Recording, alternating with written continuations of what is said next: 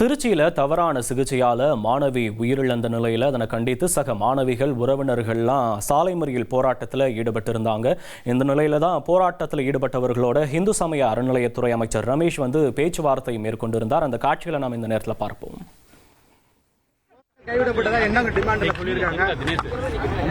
சரி, இப்போ இங்க இருக்கக்கூடிய அந்த பேஷண்ட்டுக்கு நடந்த அந்த ஸ்டூடெண்ட் நடந்ததை பத்தி எல்லா விஷயத்தையும் கேட்டு மாணவர்கள் கிட்ட அவங்க கிட்ட அந்த கம்ப்ளைண்ட்ஸா வாங்கியிருக்கும்.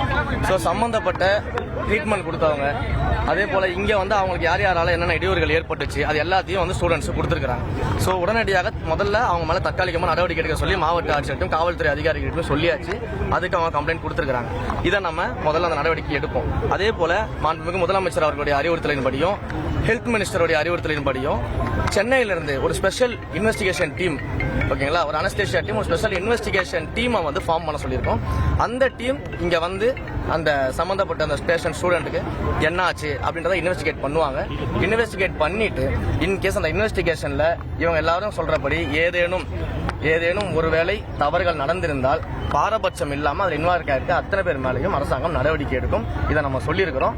அதனால ஸ்டூடெண்ட்ஸ் இப்போதைக்கு தற்காலிகமாக இந்த போராட்டத்தை கைவிட்டு பார்த்த வரைக்கும் என்ன இஷ்யூ ஆயிருக்கு சார்? இல்ல சம்பந்தப்பட்டு என்ன விஷயம் ஆயிருக்கு? ஆக்சுவலா என்னன்னா, அந்த பொண்ணுக்கு நோஸ்ல அந்த நாசல் போன்ல ஏதோ இஷ்யூன்னு சொல்லிட்டு ஒரு சர்ஜரிக்காக வந்திருக்காங்க. அனஸ்தேஷியா கொடுத்துருக்காங்கன்னு சொல்றாங்க. அனஸ்தேஷியா கொடுத்தப்ப அவங்களுக்கு அதுல ஏதோ இஷ்யூ ஆகி அவங்க அந்த உயிரிழப்பு ஏற்பட்டு ஃபர்தர் ட்ரீட்மெண்ட்ஸ் உயிரிழப்பு ஏற்படுறதுன்றத மருத்துவர் சைடுன்னு சொல்றாங்க. ஸ்டூடெண்ட் சைட்ல இருந்து அதை ஏத்துக்கல. அவங்க அதுல வேற ஏதோ இருக்குன்னு சந்தேகப்படுறாங்க. அதனால அந்த நம்ம ஒரு எக்ஸ்பர்ட் டீமை நம்ம ஹெல்த் மினிஸ்டர் சார் பாத்தீங்கன்னா அப்பாயின்ட் பண்ணிட்டு இன்னும் கொஞ்சம் நேரத்தில் சொல்லிடுவாங்க.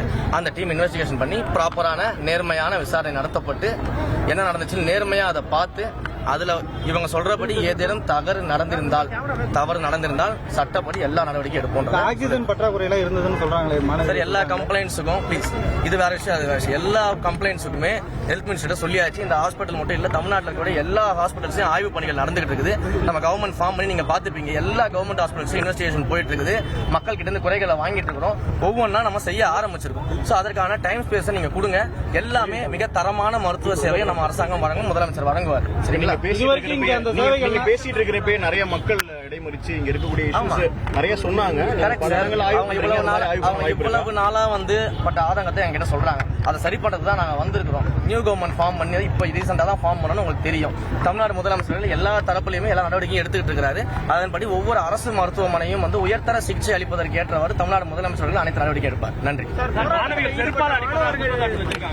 அதுதான் சார் சொல்லிட்டேன். எல்லா கம்ப்ளைண்ட்டும் வாங்கியாச்சு சார். அவங்க யார் மேலாம் கம்ப்ளைண்ட் கொடுத்துருக்காங்க எல்லாரும் மேலேயும் இப்போதைக்கு ஃபர்ஸ்ட் டெம்பரரியான ஆக்ஷன் எடுக்க சொல்லியிருக்கோம். ஃபர்தர் இன்வெஸ்டிகேஷன் பண்ணதுக்கு அப்புறம் பெர்மனன்ட் ஆக்ஷன் எடுப்பாங்க. ஓகேங்களா?